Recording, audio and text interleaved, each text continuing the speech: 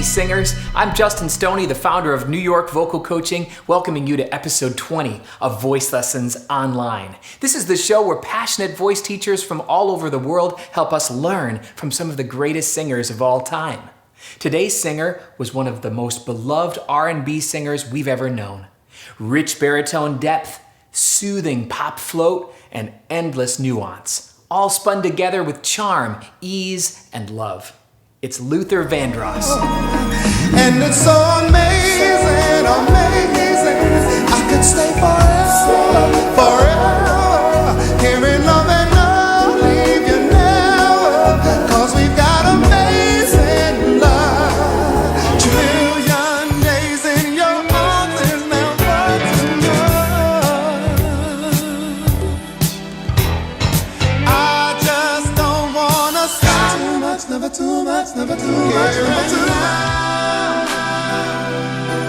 I vow to be one with thee. You and me. Your love is all I need. So much glory. All right, let's learn from Luther. First, Kacey Velazquez is here to explore how Luther conveys emotion through dynamics. Hi everyone! Luther Vandross was such an incredible singer, and one of the things that made his voice so amazing was his use of dynamics. Dynamics are how loud or soft we sing, and controlling our dynamics allow us to add intensity and artistry to our performances. Let's take a listen to Luther doing this so amazingly well. A room is not a house, and a house is not a home when the two of us, we are far apart, and one of us has a broken heart. A piece by distance, a crazy game, and when it ends in tears.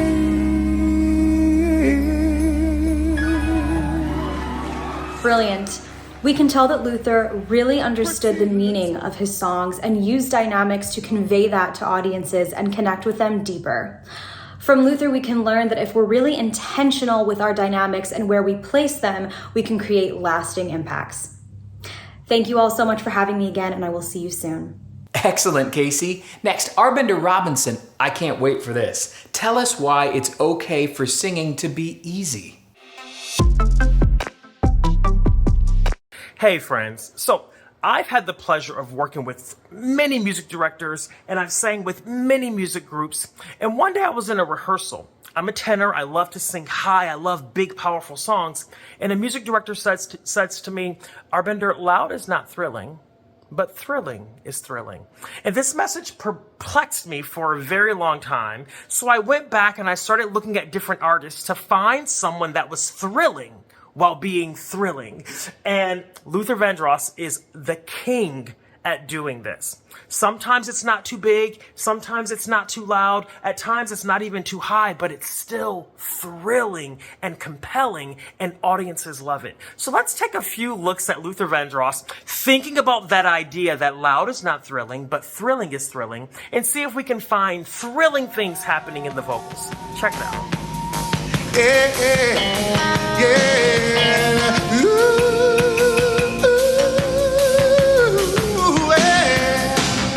yeah,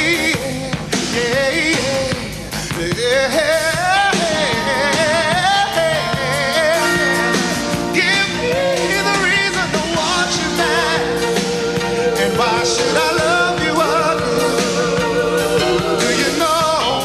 Tell me how to forgive and forget. Give me the reason to love you now.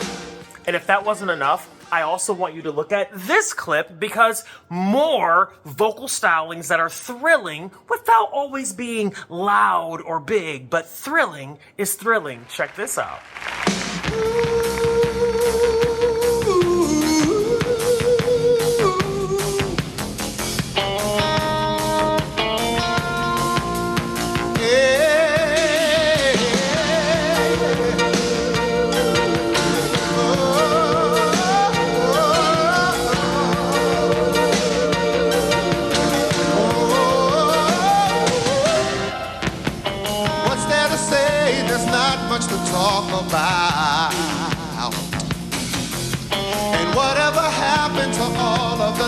it be found? Yes, it's true. And there's nothing new you can say. Give me the reason to want you back. And why should I love you again? Do you know? Tell me how to forgive and forget. Give me the You see what I mean? So in your own vocals, why don't we spend a little time trying to be thrilling in the vocals without taking the easy path of just being loud and big and singing high? Let's make thrilling thrilling. Let me know how that works out for you. Just awesome stuff, good sir. And Nicolás Hormazábal, help us dive deeper into Luther's style. One of the most important things if you want to sing one particular style is to be on the style, you know. Each style has some kind of requirements and Luther Vandross knows about that. Because if we analyze, we can find a lot of gospel, R&B and soul resources on his voice. For example, we can find a medium low larynx, then we can find breathiness. It's super common to hear breathy voices on gospel, soul, R&B. Vibrato too. It's one of the most important things. It's not this fast vibrato. It's more like a slow vibrato. Sounds like it's super common on gospel, R&B, and soul music. And finally, Luther Vandross used a lot of riffs and runs, and riffs and runs are a typical resource on gospel and R&B and or soul music. I fell in love with you. Yeah. Before the second show.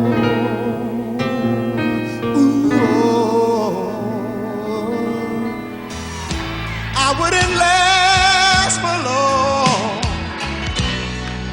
but somehow I think I'm able to carry on. It's been a long. Nice points, Nicolás and Zac Bradford. What about Luther's incredibly efficient vocal technique? One of the key factors that contributed to Luther Vandross's masterful technique and emotive singing style was his skillful use of breath flow.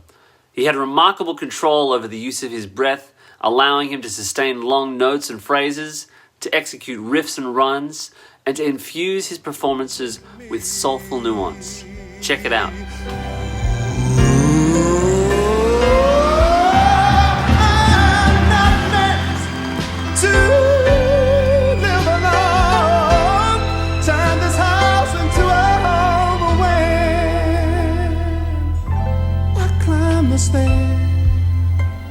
Reach out and turn the key. Oh, baby, please be there and still in love.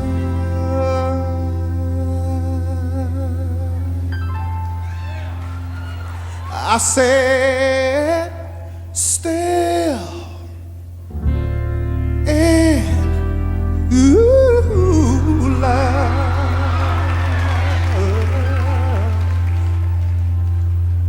Please be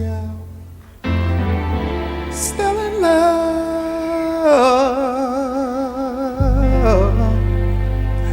with me. He had the ability to pivot between vocal registers, vocal dynamics, and phonation types. And one very consistent element across all of these changes was his generous and easy release of breath flow. A great example is in this next clip where Luther starts the phrase in breathy phonation. He then effortlessly belts out a G4 and does this skillfully by increasing the vocal fold compression while still maintaining a higher amount of flow. Enough so that it's easy, warmer, and smooth on the belt phrase, but a chair, which you'll hear in a moment. It's also worth mentioning that what assists with this vocal coordination is his optimal resonance tuning or his vowel shape on the G4. Check it out. A chair is still a chair, even when there's no one sitting there. But oh, a chair's not a house, and a house is not a home when there's no one there to hold you tight, and no one there that you can kiss goodnight. We can all learn a lot from Luther Vandross. Not only can learning to flow improve your technical efficiency, but it can also enhance your expression and communication as a singer. A great way to start exploring flow in your practice is to use semi-occluded vocal tract postures like lip trills, raspberries, and straw phonation. Well, that's all for me this time, singers. I look forward to seeing you next time. Thanks, Zac, and thanks to all our experts. I'm going to share what I've learned from Luther in a moment, but first, here are some resources to bring your vocal journey into the here and now. To get to know the Voice Lessons online team or schedule a lesson, visit voicelessonsonline.com. To get your copy of Justin Stoney's book, Sing Like Never Before, visit singlikeneverbefore.com. If you'd like a vocal course that you can do from home, check out the Voice Lessons to the World vocal course. Our 12-part program takes you on a journey from beginner to master level vocal exercises. Find it at voicelessonstotheworld.com. If you're a voice teacher looking to master your craft, join our worldwide community at voiceteachertraining.com. Finally, if you'd like free vocal tips sent to you each day, sign up at dailyvocaltips.com. I don't know about you, but I can't think of Luther Vandross without thinking about Dance with My Father. If you somehow don't know this song, I think it's time you heard a little bit. And I knew for sure I was loved if I could get another chance, another walk, another dance with him. I'd play a song that would never, ever end. How I'd love, love, love to dance with my father again. Now I'm tempted to talk about Luther's range, his style, soulfulness, but I mean, that song. What a song! Luther himself said that this was the song of a lifetime. Quote, "I've written my career song. I want to make sure everyone around me knows that I feel that way." But what can we learn from this? Well, remember, Luther's biggest achievement as an artist came from when his singing was vulnerable. He sang about something very dear to him. Honest. He told us exactly what he experienced and felt. Generous. He honored somebody else with his voice. And healing. His song comforted him and many others. Vulnerability, honesty, generosity, healing. An incredible combination. So I want us to do this too. If you're a singer, a songwriter, voice teacher, just a music fan, ask yourself, can I sing about something personal? Can I find a spirit of honesty in my singing? Can I sing as a gift for somebody else? And can my singing be healing for me? I hope you try this. It doesn't mean you have to write the song of the year, but if you do it, you'll have done something just as important. You'll have danced, just like our friend Luther's doing. We'll see you next time for more Voice Lessons Online.